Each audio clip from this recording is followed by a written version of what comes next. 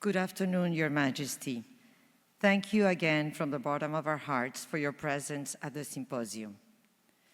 It is now a true privilege to present to you the keynote address by Professor Richard Kagan, a member of the board of the Queen Sofía Spanish Institute and the head of the Institute's program committee. Professor Kagan will take your questions at the end of his presentation. Richard Lauren Kagan, Arthur Lovejoy Professor Emeritus of History at Johns Hopkins University and PhD from the University of Cambridge, is an authority on modern history, specifically in the exploration of the intellectual and legal facets of the Spanish Empire during the Habsburg era. The author of numerous works, his most recent book, The Inquisition's Inquisitor, Henry Charles Lee of Philadelphia, University of Pennsylvania Press, 2025, explores the life and scholarship of this pioneering historian of the Spanish Inquisition. His earlier book, The Spanish Craze, delves into America's historical fascination with Spanish literature, art, architecture, and culture. Professor Kagan's significant scholarly contributions have made him a resident member of the American Philosophical Society, where he was recently elected to the Governing Council and a corresponding member of the Royal Academy of History of Spain. Please join me in welcoming Professor Kagan.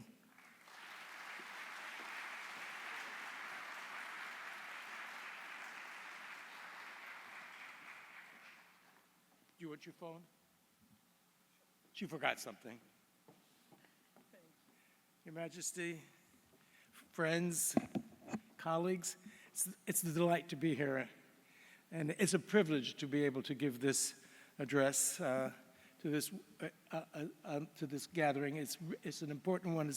As Thomas Chavez has said, it's momentous that we'll be able to celebrate Spain's contributions to the American Revolutionary War. But the question I want to begin with is that how many of you really know very much about the subject we're dealing with? I mean, last evening and this morning, we've learned a great deal about different facets of Spain's relationship to the United States during the Revolutionary era and the extent to which its contributions, whether monetary or military, material, helped the 13 colonies achieve victory in their struggle for independence from Great Britain's and King George III. Now, and there's more to come this afternoon. But the question I like to ask is, why should this topic strike us as so new?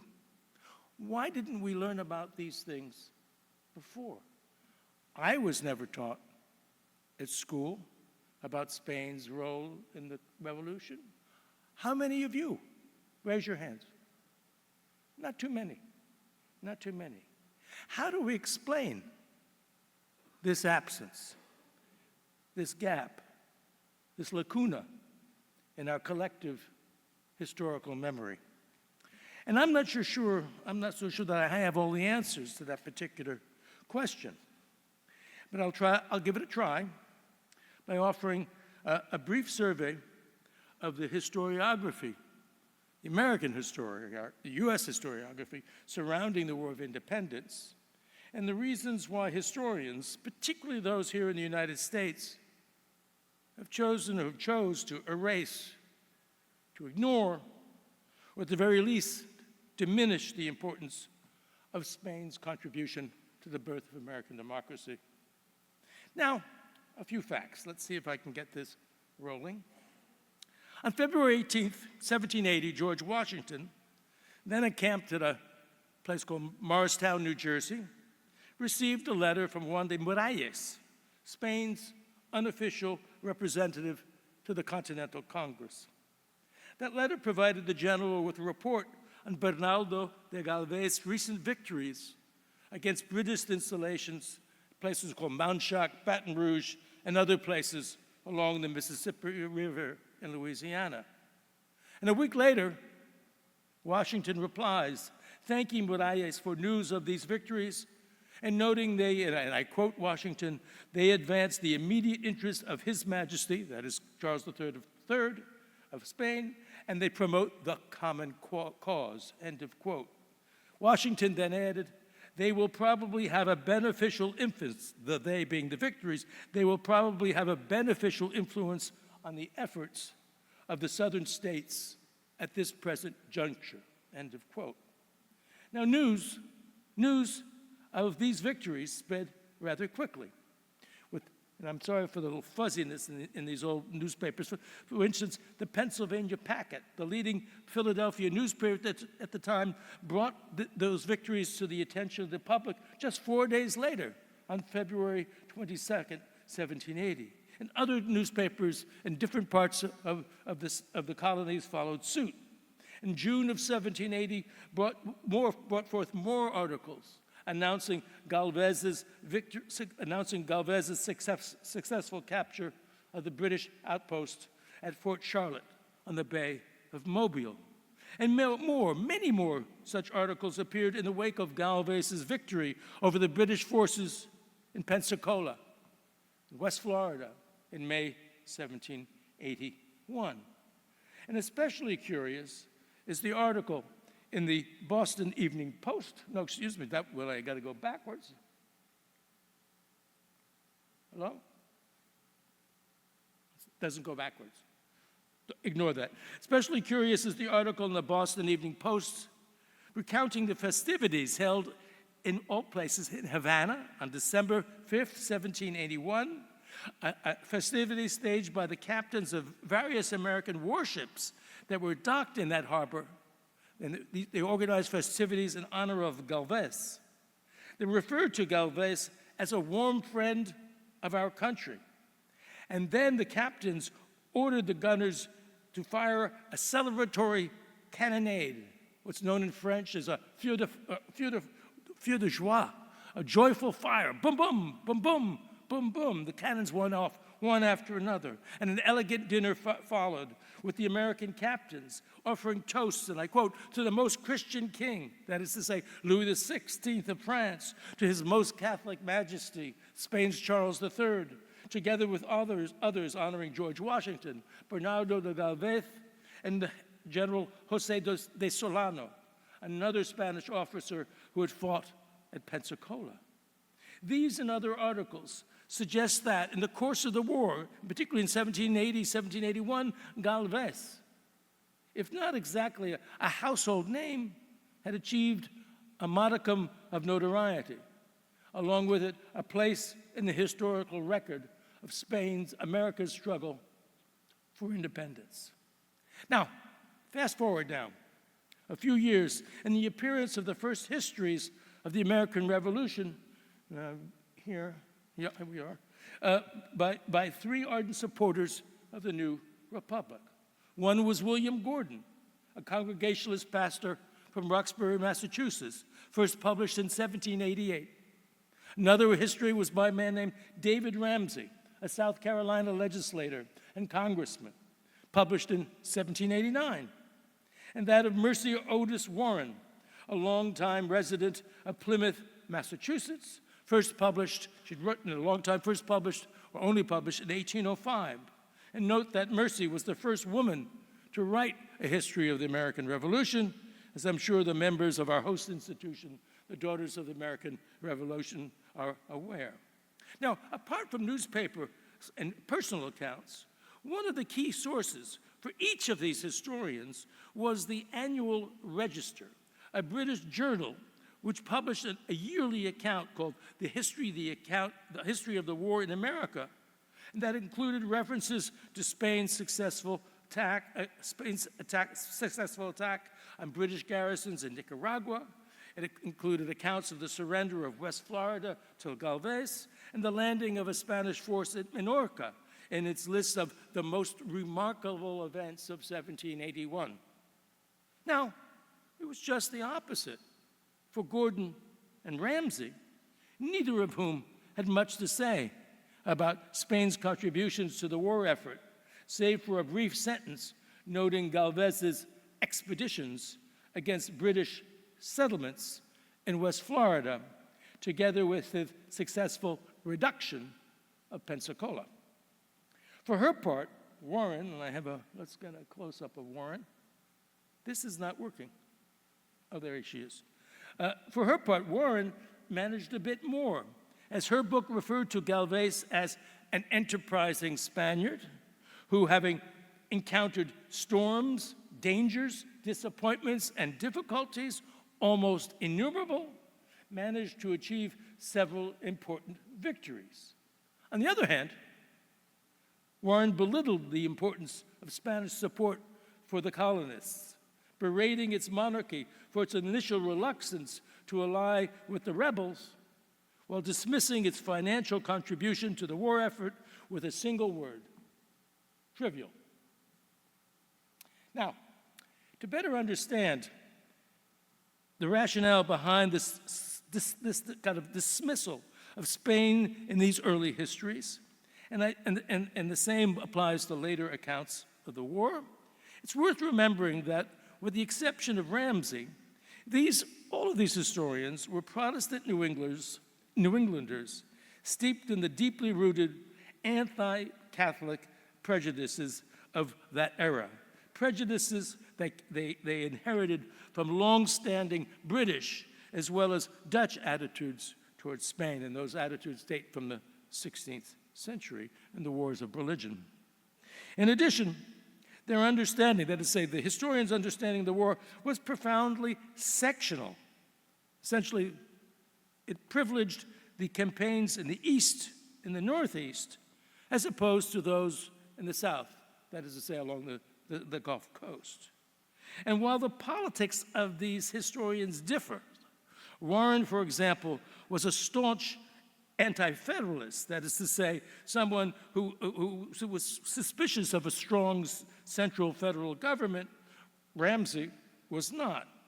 But they were united in envisioning their histories as a record of bravery and heroic achievement that they hope might serve to unify what remained a decidedly divided and fractious young nation. The historians also joined forces in conceiving of their new nation as one that was divinely sanctioned to champion republicanism, to champion religious freedom, along with the values and virtues, self-reliance, industriousness, investment in education and science, the values and virtues, in other words, that would ensure that young nation's continuing progress and future success. For Warren, moreover, the colonists' victory was integral to what she had conceived as a divine plan towards freedom through revolutions against tyranny, a word that's often in the press today. The problem for Spain in the 1780s and 90s, the problem for Spain then, is it had no role to play in that master plan.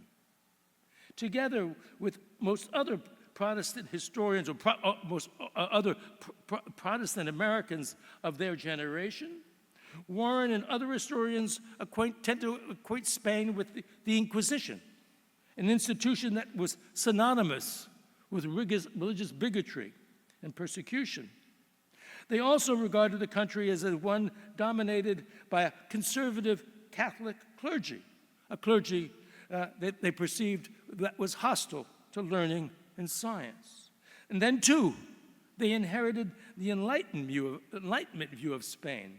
Think of writers like Montesquieu, Voltaire, Diderot, or Robertson from Scotland. The Enlightenment view of Spain as a country that was once a great power in the age of Philip II, or the age of Ferdinand and Isabel, when it was exploring and kind of discovering the world. It was once a great power, but a power that was subsequently devoured by a noxious cocktail of despotic monarchy and entrenched feudal nobility, Roman Catholicism, along with the Inquisition. And that same cocktail with those ingredients prevented Warren from recognizing Spain's embrace of Enlightenment values, together with the efforts of its monarchy, Charles III, just then, and his ministers. and its ministers to reform Spain's economy, to promote education, industry, commerce, and trade. We learned about some of those reforms yesterday, but Warren and the other historians just turned their back on it. Rather, she adhered to the established view of Spain as a country dominated by monarchic despotism, a country that was hostile to the promotion of enterprise and industry. It was very easy, therefore, for Warren, together with Gordon and Ramsay and other early historians of the American Revolution, to ignore, or at the very least, diminish Spain's contribution to the revolution. How, they asked, how could a country that represented everything the revolution had struggled to defeat, despotic monarchy, aristocracy, religious persecution, how could such a country have possibly contributed anything of substance to America's victory in that war? Best, therefore, to ignore it, cast it aside. And it turns out that's exactly what happened. Cleo, the muse of history, can be quite cruel. She opens her eyes when she wants to. She closes them on other occasions when she wants to. And as we shall see, she closed her eyes for a very long time. And they remain such. But we'll see. Already by the start of the 19th century, those eyes were firmly shut. And already by the start of the 19th century, the historical template regarding this country's interpretation of the American Revolution was firmly in place, and it proved very resistant to change. In other words, the template established by Ramsay, Gordon, and Warren was there, and very few people stood up to challenge it. And on top of this, and despite the dogged efforts of Spain's Ferdinand VII to squelch the movement for independence in its American colonies, efforts that were widely reported in the North American press, those efforts of Ferdinand VII to squelch the movement for independence reinforced the view that the United States and Spain stood at opposite ends of the political spectrum, with the former, the U.S., representing freedom and democracy, with Spain representing or embolizing an emblem of repression and monarchical tyranny. That image of the country, so persistent, helps to explain why historians in this country during the first part of the 19th century, during the first part of the 19th century found it difficult to say very much about Spain's involvement in the war. To be fair, this guy, Richard Hildreth, a Massachusetts-based historian, at least recognized the importance of Galvez's accomplishments, noting, for example, and I quote him, "The Spanish governor of New Orleans was prompt to take steps for establishing a claim to the territory east of the Mississippi. As soon as he had heard of the declaration of war, he invaded West Florida with a force of 1,400 men, Spanish regulars, American volunteers, and people of color." End of quote. In contrast, this guy, George Tucker, a professor at the University of Virginia in Charlottesville down there, having recognized that a threat of an independent United States posed to the integrity of its own overseas empire, he said, whoa, Spain is a bit cautious about it. Spain, he wrote, only allied with France in order to out-Brit the British from Gibraltar, together with Minorca and Jamaica. That's partially true. As for Galvez, however, his name does not even appear in Tucker's history. And the same is true of this guy's history. Perhaps the most important and influential history of the United States ever written during the 19th century, and certainly the one that was most widely read. A staunch nationalist and a firm believer in progress, Bancroft, he was at Harvard, then in government. Bancroft represented Spain as a retrograde country, hostile to the values the revolution enshrined. Specifically noting, and here I quote him, noting that, and I quote, "The wave of free thought that swept across Europe in the 18th century broke as it rolled across the Pyrenees." It's a fabulous image. Boom, the wave of free thought stopping at the Pyrenees. He must have read that famous statement, a tribute to the 19th century France, Africa begins at the Pyrenees. Spain, Bancroft added, had, and I quote, no Calvin, no Voltaire, no Rousseau, no Pascal, nothing congenial to free thought, end of quote. It was rather a country, and I quote again, a country benumbed by superstition and priestcraft, that's a great word, and tyranny over mind. Also one that fears freedom, and that example of the North American colonies might spread to its own, end of quote.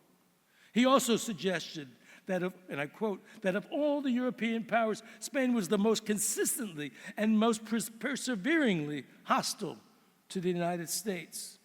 And for this reason, it only allied with France in order to recover Gibraltar, partly true. It follows that Bancroft's account of the capture of West Florida fails to identify Galvez by name. In modern parlance, Galvez was ghosted, canceled.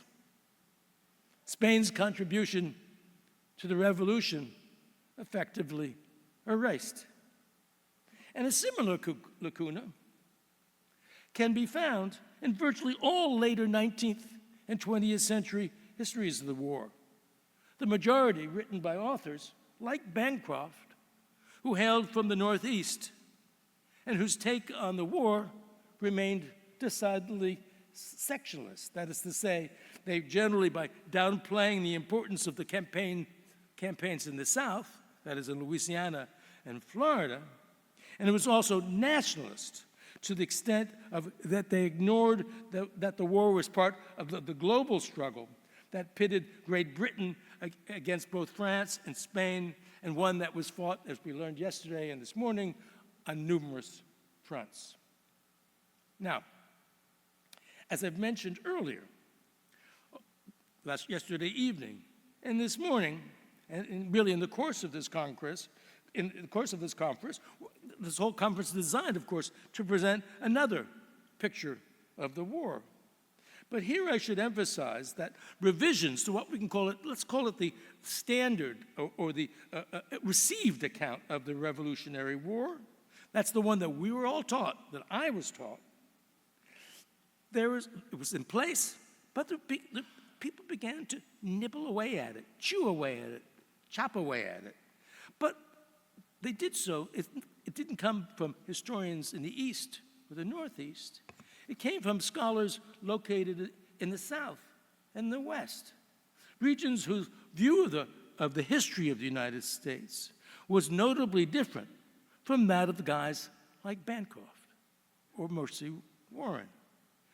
In a sense, when you're writing, as Thomas Chavez is often writing from vantage point in New Mexico, the Pilgrims look very far away. You have a very different view of how the America was created, or North America, the United States was created. And I want to begin with Louisiana, where historians were particularly keen to document their state's French past and their Spanish past.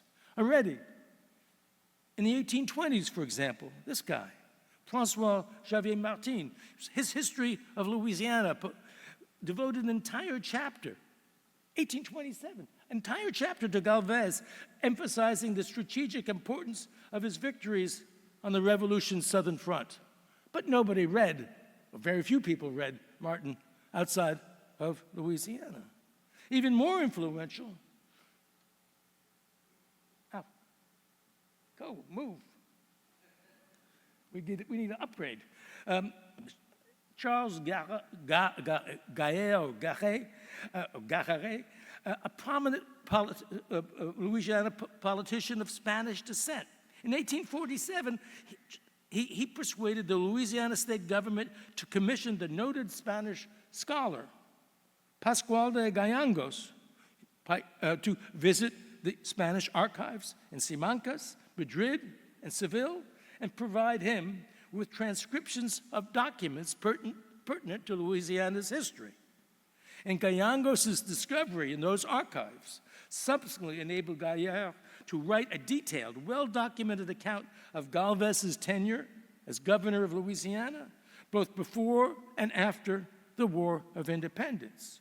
But while Galvez's findings did little to alter the standard account of the war, once again, he wasn't really read widely, his account of the siege of Pensacola caught the attention of this guy, Thomas Buckingham Smith, a historian of Florida, who in 1860 published a first-hand account of the siege of Pensacola by a British officer by the name of Robert Farmer in a journal called The Historical Magazine. And that same siege also attracted the attention of another Louisiana historian, this guy, Gaspar Cassuch, a railroad magnate of Catalan descent, having located a printed copy of Bernardo Galvez's detailed diary of his operations against Pensacola in a London bookshop. That diary, our wonderful actor impersonator, well, maybe he's the real man, quoted from yesterday, having located a published copy of that in a London bookshop. Cassuch published it in an English translation in 1917. Now, the appearance of this important document, Galvez's diary, in English at this time, was no accident. Rather, it reflected the then current vogue for what was called scientific history, or history based on original documents and archival materials. It also aligned with an orchestrated campaign spearheaded by the Department of Historical Research of the Carnegie Institution here in Washington, D.C. And that campaign was designed to locate, to describe, and wherever possible, to print and publish original documents located in the archives, both domestic and foreign, which could be used to offer a new interpretation, or at least a revised interpretation, of the early history of the United States. It also coincided with a moment when interest in the early history of America's western frontier, that of the Southwest or Spanish borderlands and the Pacific coast, was in vogue. Call it the scholarly component of what I designated a few years ago as the Spanish craze that swept across the United States in the aftermath of the Spanish-American War, and a moment when everything Spanish, architecture, dress, music, literature, was in vogue. No surprise then that some of the first publications of the Carnegie Program surveyed archives both in Cuba and Spain, looking for documents pertaining to the United States. And under the circumstances, the documents these guides had unearthed provided historians with new information that allowed for revisions in the standard account of the Revolutionary War. Cleo, however, our muse, kept her eyes shut. She resisted to change, except in faraway California, home to a cluster of scholars, H.H. Bancroft, no relation to George, Bernard Moses, Herbert Bolton in particular, who were eager to document the history of that state, and along with other parts of the Southwest, and even more broadly, to learn more about the historical relationship between Spanish America and North America. In other words, topics that were largely ignored by their colleagues back east, but topics they considered integral to understanding the history of the U.S. when you viewed from California or Santa Fe, or even Texas. And so it seemed to several of H.H. Bolton's first doctoral students at the University of California at Berkeley. One was Charles Chapman. There's there. I don't have his picture. Who focused on the early history of California. Another was John Coey, whose dissertation led to his book, Bernardo de Galvez in Louisiana, 1776 to 1783, published in 1934. Based on extensive research in Seville's Archive of the Indies, it represented the first, it offered the first detailed account of Galvez's governorship to appear in any language, Spanish included. But it was far from comprehensive, owing to its emphasis on military matters at the expense of other aspects of Galvez's administration. Even then, Cowie failed to acknowledge the importance of a brace of important articles by a little-known historian of Florida, Catherine Trimmer Abbey, who I just discovered. She was a librarian at the University at Florida State. Her articles offered a broader strategic context for understanding how Galvez managed to orchestrate the siege of Pensacola and come out on top. Very little about Abbey is known, but she wrote these articles using materials that she found largely in Chicago's Newberry Library, archival materials that Edward Eyre had copied for him in the Archive of the Indies and other Spanish archives and brought to Chicago starting around 1916, and then deposited in the Newberry, and they're still there. Well, together, Abbey and Cowie opened the door to other studies relating to Spanish Louisiana. These studies are too numerous to mention here, but in 1951, another of Bolton's doctoral students at Berkeley, a guy called, come on, this is the hardest, Daniel Worcester, drew new attention to the Battle of Pensacola with his translation of Francisco de Miranda's diary, another diary which offered yet another eyewitness account of the siege of Pensacola.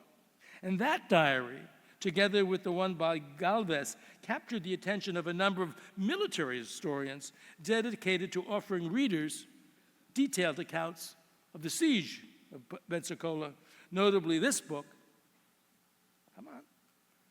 published by Nixon or Rush in 1966.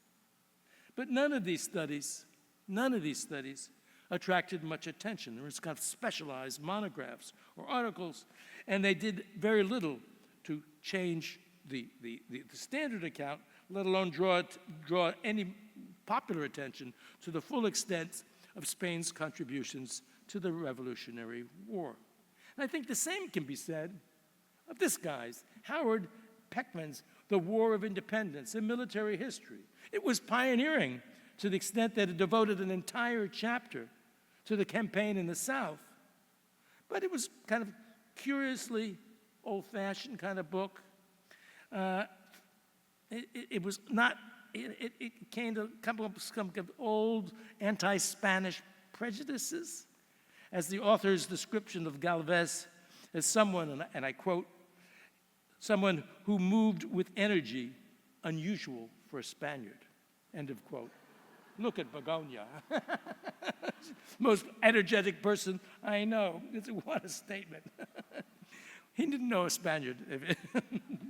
But whatever the reason, that book did little to persuade Cleo to open her eyes, let alone alter the standard account of the war.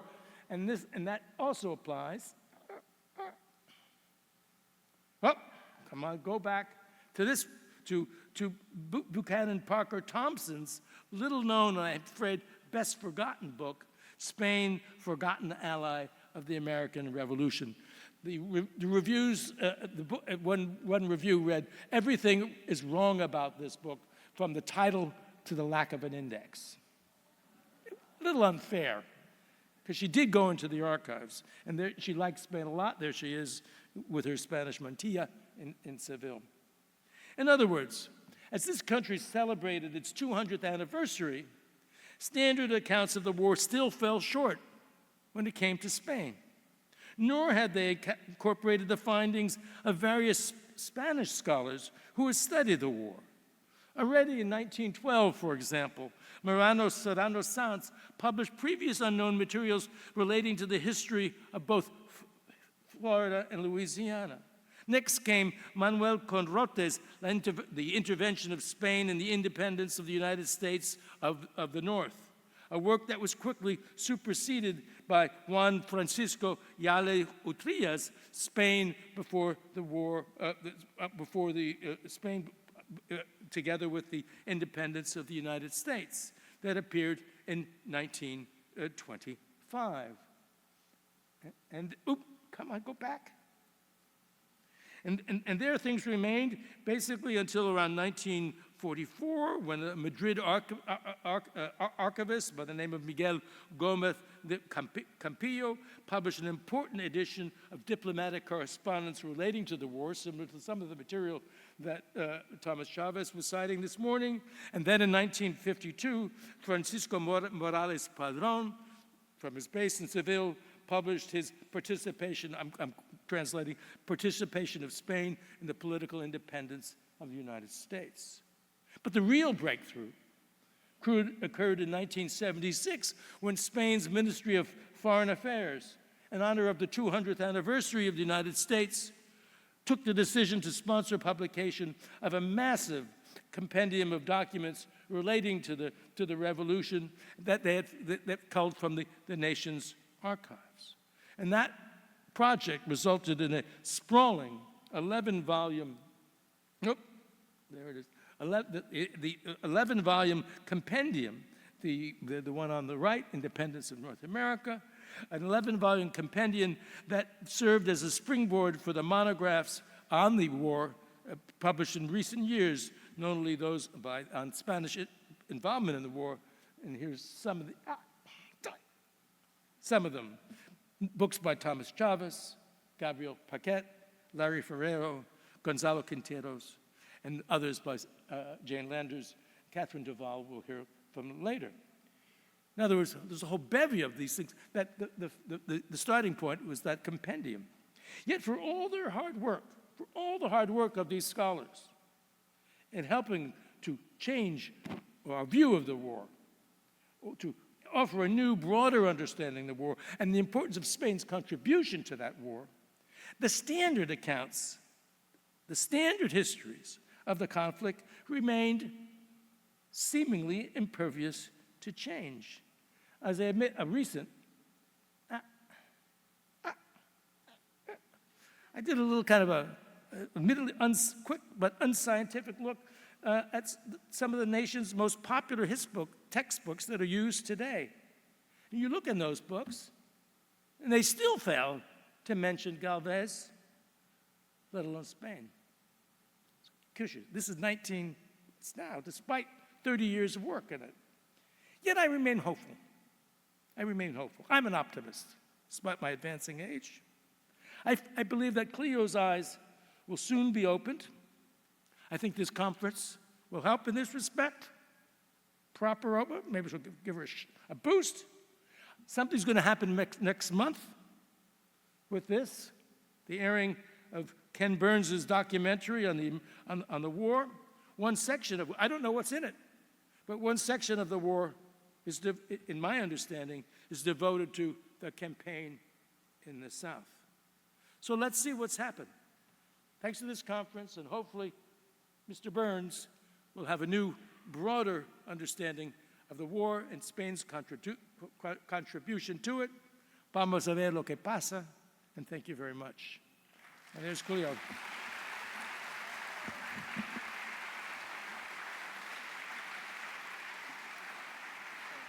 take a few questions. Sure. You'll sit over there. Richard, your mic, Richard.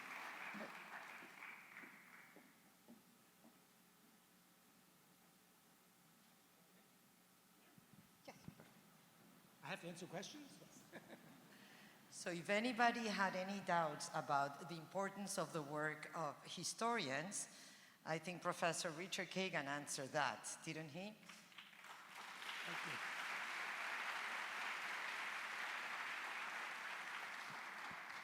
I have a few quick questions from the audience, Professor. Okay. One of them. US narratives often contrasted Spanish colonization with English colonization. How did American writers and historians perceive Spanish practices of intermarriage and incorporation of indigenous people into colonial society compared to Anglo-American practices of segregation and removal? Well, there's two competing, that's a good complicated question. There's two visions of it. One's called the Black Legend, the other called the White Legend. The Black Legend dates from the 16th century, and a man named Bartolomé de las Casas, who depicted he wrote a book, polemical treatise called Brief History of the Destruction of the Indies, in which he recounted Spanish atrocities against natives, and he did so, in other words, with great hyperbole, and he did so kind of comparing what's happening in the Americas to what happened under the Rome, to the slaughter of the innocents in the Holy Land. He exaggerated the atrocities and the deaths which took place in order to get the attention of King Philip II and get him to institute some reforms.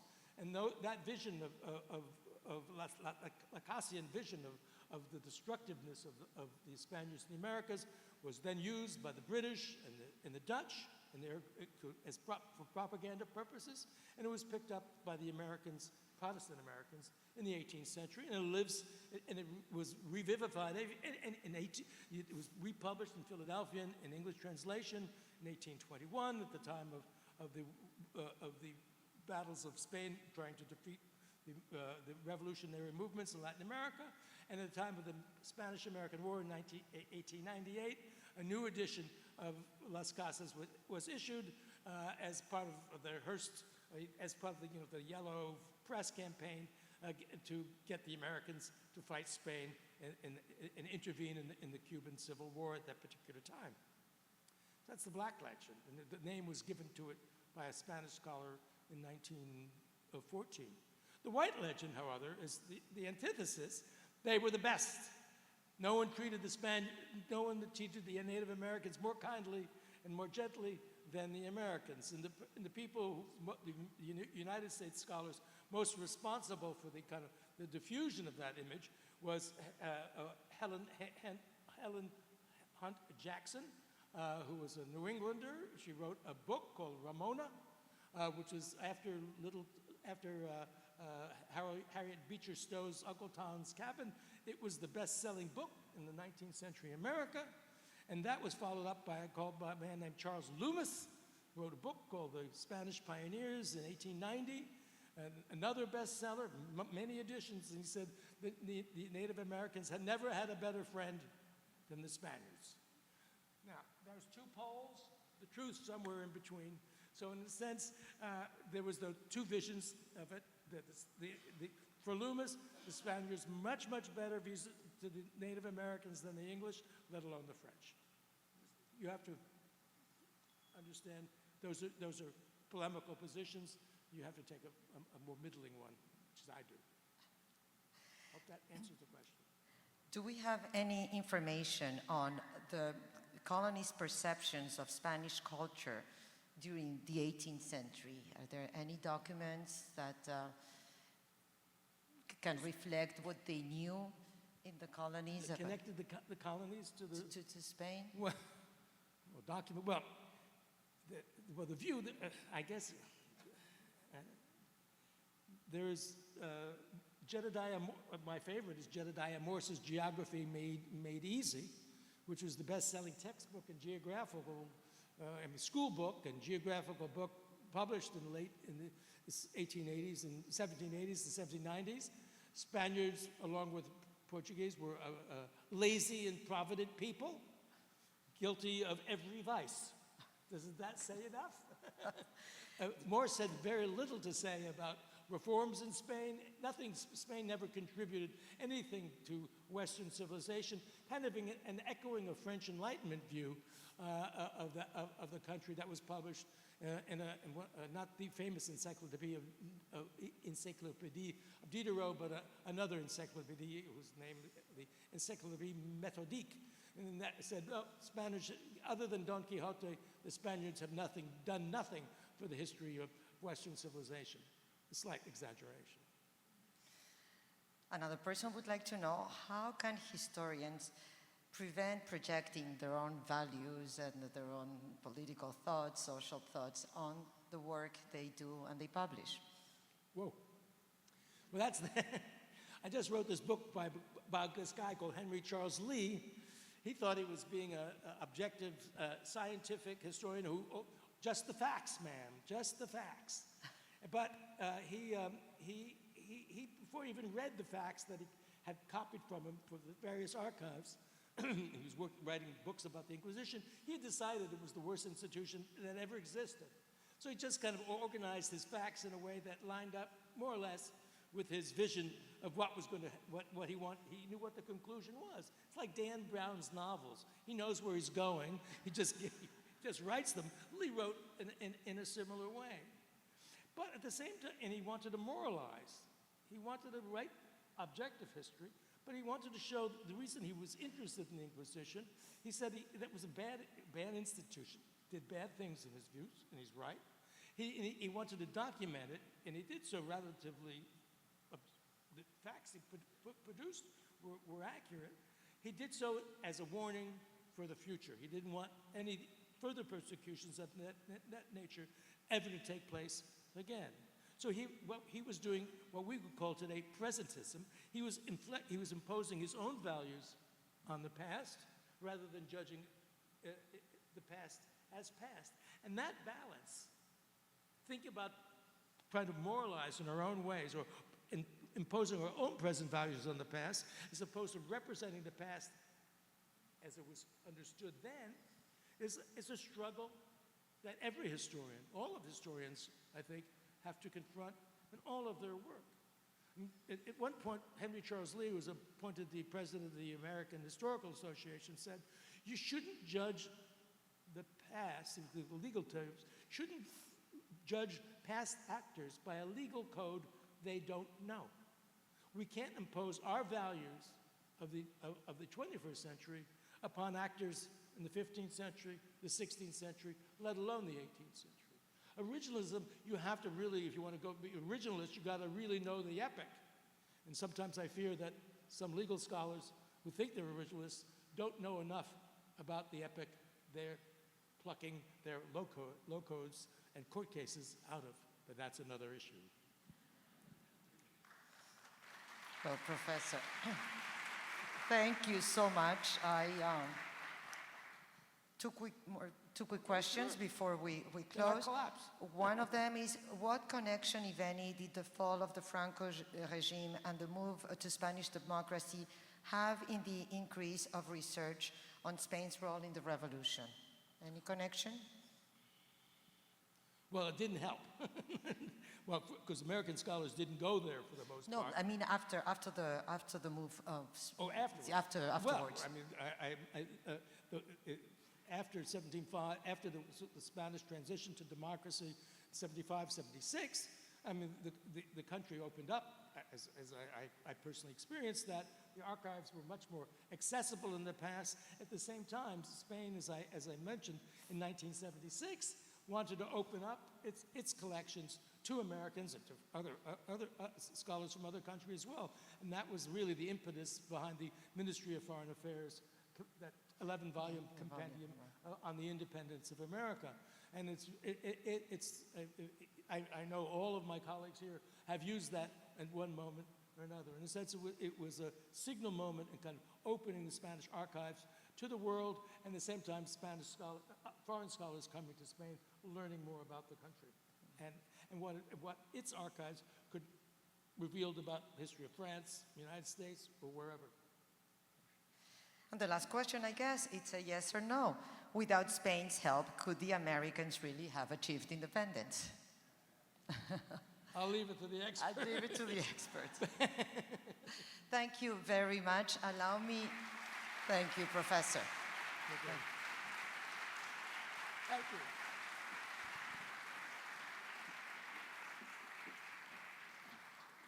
Is that all right? Yes. Okay. Let's leave this, and I'm just going to say, Your Majesty,